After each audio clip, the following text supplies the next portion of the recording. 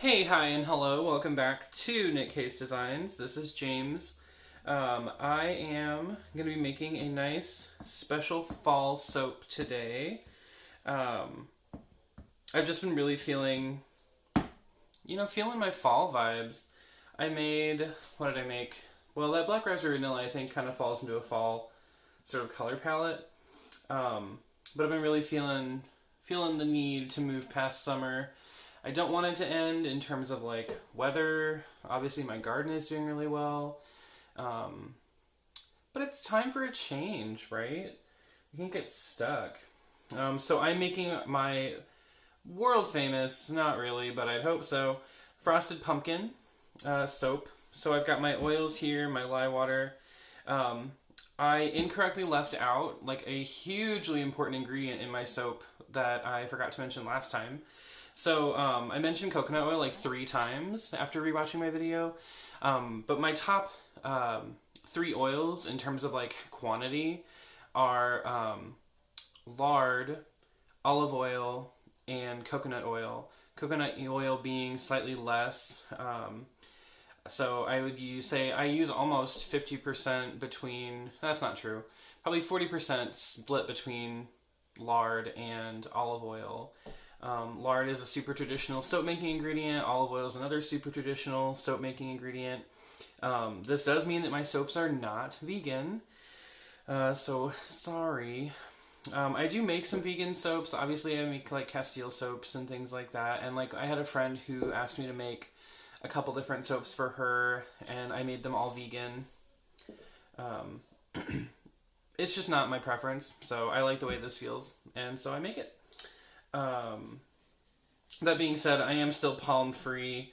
I understand the issues kind of going on in the rainforest and the deforestation and the murder of, native animal populations, also not sustainable use of farming practices. So I do care about the environment. Lard, unfortunately, is a product, that also comes out of the meat production, so can't win them all. Anyway, I am going to start making the soap. This soap is going to be, like I said, frosted pumpkin. It's going to contain organic pumpkin puree. I've got 2 ounces of pumpkin puree here. And then also, for some extra color, I'm going to be using Mango Tango from Nurture Soap Supplies. It's a nice kind of pumpkin-y orange. And this fragrance oil is going to brown a little bit. I made this last year, and it darkened to like a gorgeous like amber pumpkin color, kind of like a pumpkin pie. And then I'm going to split off some of the soap and make a nice white top soap, which will be unscented to maintain the color. And then decorate it with some cloves and cinnamon. So what I'm going to do right now is just going to add my kaolin clay to my oils and get them blended in. I'm soaping at about 83 degrees today. It's super chilly outside.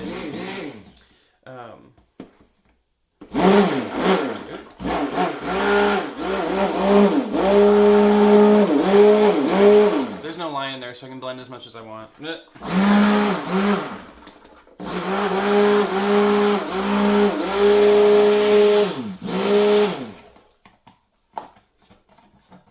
But yeah, it's really chilly and rainy outside, and it's kind of weird because it was like super nice yesterday. I don't know where this front came from. Not impressed.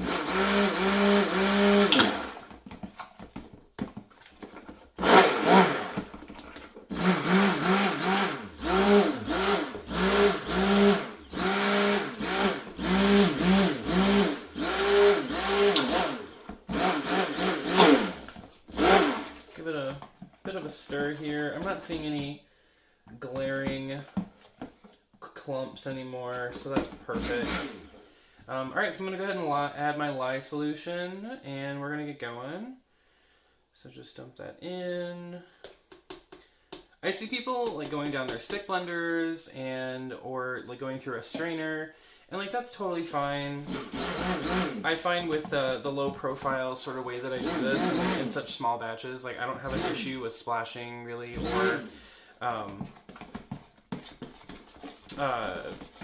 bubbles. So I just sort of go. It works for me. I'm just giving it a couple pulses and stirring vigorously. You can see it's kind of turned sort of a reddish tan. So that means I've reached my emulsion. I'm going to take this out, and I will stick blend in other things, because like for this soap, since it's a solid base and a solid colored top, like I'm not really concerned with the trace, so it can be a little thicker, and that's fine. So just getting in here with my spatula, making sure everything's incorporated.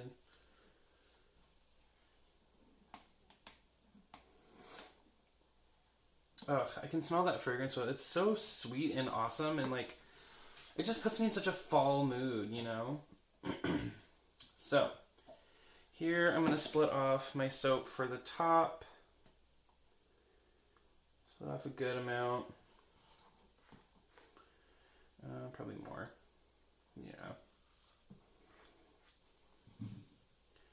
Set that over here. So what I'm going to do is I'm just going to add my pumpkin puree. And you could add this like before. It's easier just to see things if you go ahead and add it at trace.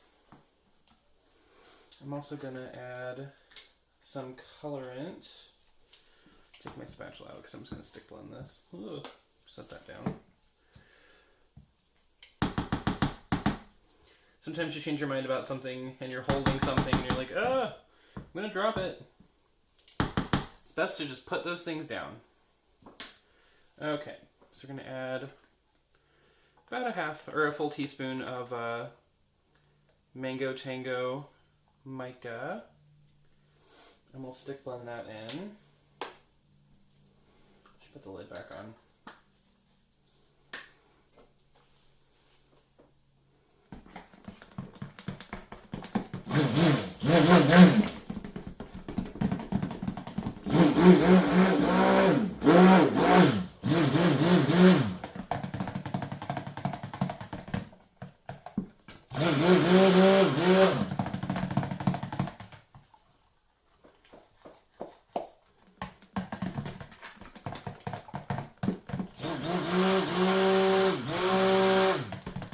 And it's just a gorgeous color.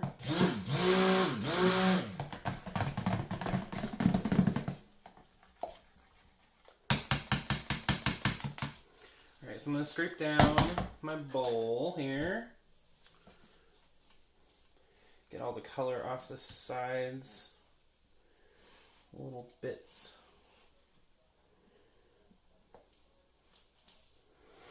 I love how the pumpkin, sort of like when it gets blended in, it sort of gives these little slightly different colored pockets. It just has so much texture and dimension. Alright, I'm going to go ahead and add my fragrance oil, and I'm just going to boop.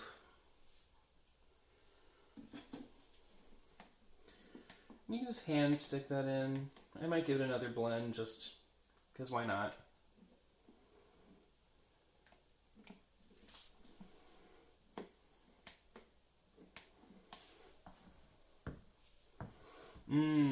Like out of the bottle, it doesn't smell, it smells kind of spicy and like tangy, like a little bit. But then once it's actually like in the soap, it's got this like mellow, sort of like pumpkin pie spice, like cinnamon tone to it. Like it's still super bright and sugary.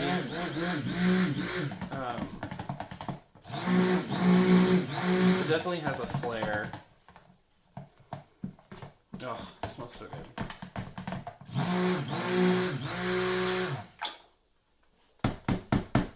Alright, so that's a nice, like, medium trace. I don't know that we'll get to a full, like we could get much thicker right now. It's got to just sit and do its thing.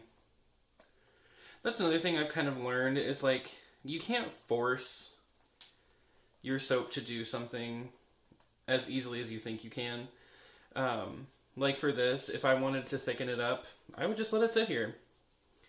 I can stick blend to my heart's content. It's only going to do so much. But it's just the saponification process. It takes time. And I gotta let it just do its thing. So this is perfect right now. I'm gonna go ahead and get this in the mold. And I'm probably gonna go about 2/3 of the way up the mold and then leave a little extra space. Like, it'll still be a bit of a high top soap. We want to make sure we get it. We don't want to put too high of a top on it. So I'd say that's probably good for me. I'm gonna put the rest in my backup mold. This is the mold that I wanted to have the other day, and I totally had it in the dishwasher. Because it's my backup mold. My overspill. I intentionally make too much soap when I make my 2-pound loaves, because I like to have this extra for myself, because then I don't have to dig into the beautiful bars that I make just for you. But in addition, I know that I can have enough soap to do the designs that I need to do. So like if I'm doing something with like layers, or if I'm doing something with a really high top, or if I want to have some for piping, I know I can like measure it all out like into its own individual containers, but like I could also just make more soap and then have enough. So different ways of doing the same thing. Give that a tippy tap, turn this around, give it a tippy tap.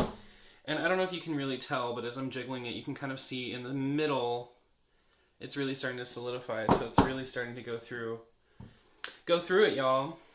All right, so we're gonna bring over our unscented white soap. I am gonna go ahead and give my stick blender a quick rinse. So I'm gonna pause for just a second, and then we'll be right back, and I will. So I gave my stick blender a little clean off because I didn't want to have any residual fragrance oil on there.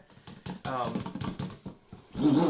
might, or a colorant, honestly, that might negatively affect our overall soap color. So I'm going to add just titanium dioxide mixed with water. Get that in there. Give her a blend.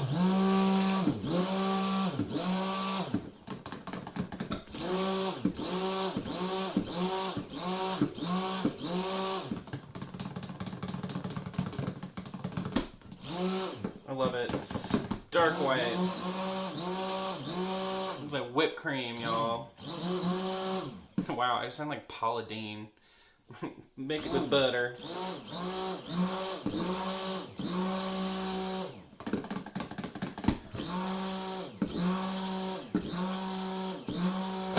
Ooh, a little blowout. Hey, how about that? This is why we wear our goggles and gloves.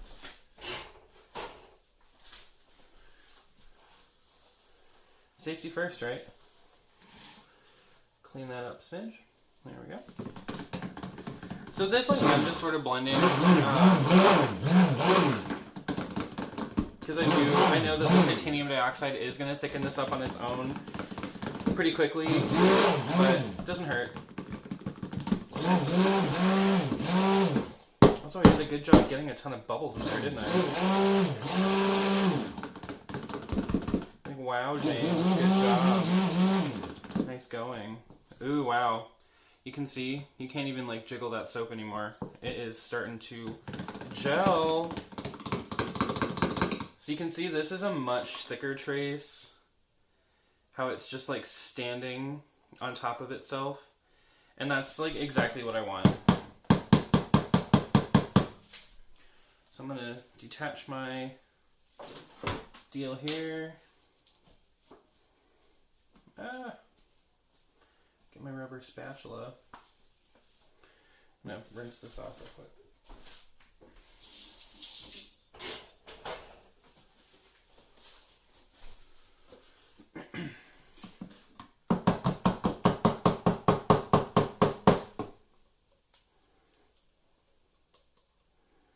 I'm just going around, getting all that excess. We like that. We are all about extra in this house. Speaking of, my poor dog Sherman, I have 2 Chihuahuas. Chauncey, you saw kind of roaming around my feet the other day. Sherman is he's a long-haired Chihuahua. He had some kind of eye issue yesterday. And we took him to the vet this morning. And the vet was like, hey, we are really busy. We'll need you to just drop him off. And we'll call you when he's ready to go. And I was like, okay. So I go and drop him off this morning. They call me this afternoon. And Sherman decided to make a spectacle of himself because he is not good at being social. He just takes a minute to get to know people. He's not antisocial or asocial or anything like that. He just has to get to know people. So, call the vet, or vet calls me. We have a chat. She's like, yeah, I can't really get close enough to him to, like, examine him thoroughly. And I was like, okay. Should I just come get him? What's the thing? She's like, well, you know, we can also just, like, get you a round of this antibiotic ointment. Because his eye had just swollen. And he just kept blinking it. And I felt so horrible. And I was like, well, I don't know what else to do. So I got the ointment. We scheduled, like, a follow-up appointment. She's like, if we can't, you know, fix it with the ointment, we can just bring him in next week. I was like, okay. So right now, I'm just kind of piling it high. Like, it's going to start solidifying a little bit. So it's not going to boil over the sides or anything. So I can manipulate it a little bit here in a bit. But, yeah, so. Oh, the joys of pet parenthood when your dog is a rescue and was severely abused and all that, so. Alright, I think I'm gonna scrape this thing about as well as I can right now. It's just like getting away from me.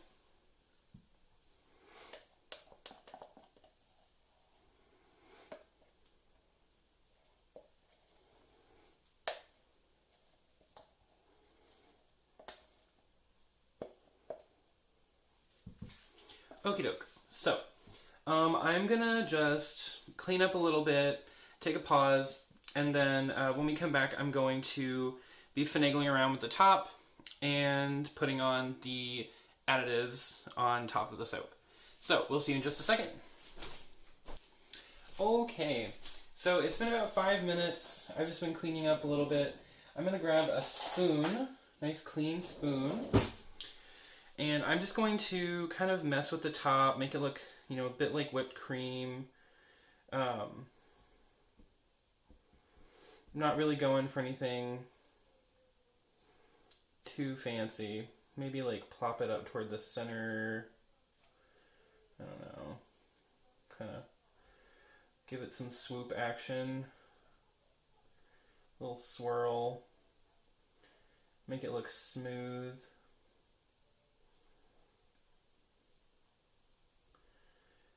Dip down a little bit. And you definitely want to let your soap sit. If you're wanting to do a top like this, you've got to let it just kind of chill. And I know it can be difficult because sometimes you just want to be done or, I don't know, any other myriad of reasons. But you got to just let her just chill out.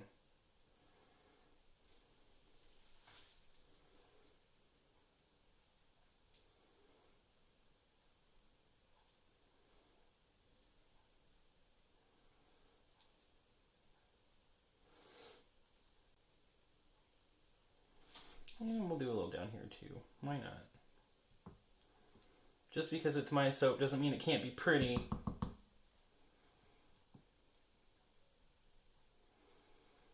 Alright, so now that that's got a little bit of good texture there.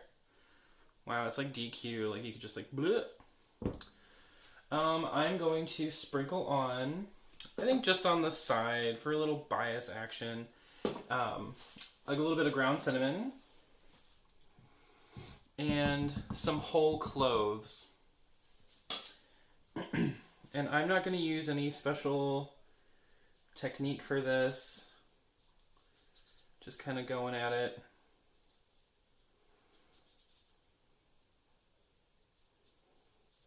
So there's my cinnamon. Smells so good.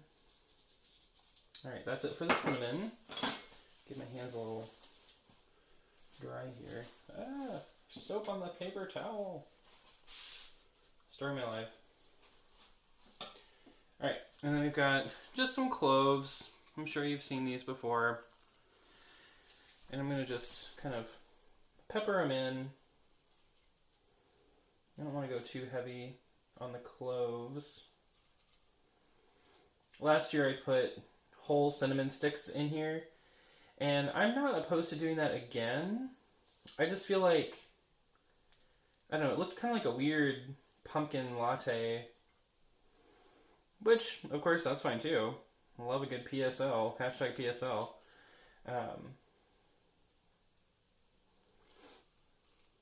Oh, I didn't put any cinnamon in here.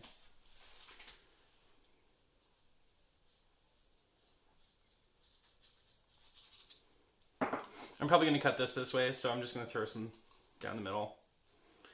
Down the middle. Stuck in the middle with you. For my music friends. And that's pretty much it. So you can see, I'll bring it up close.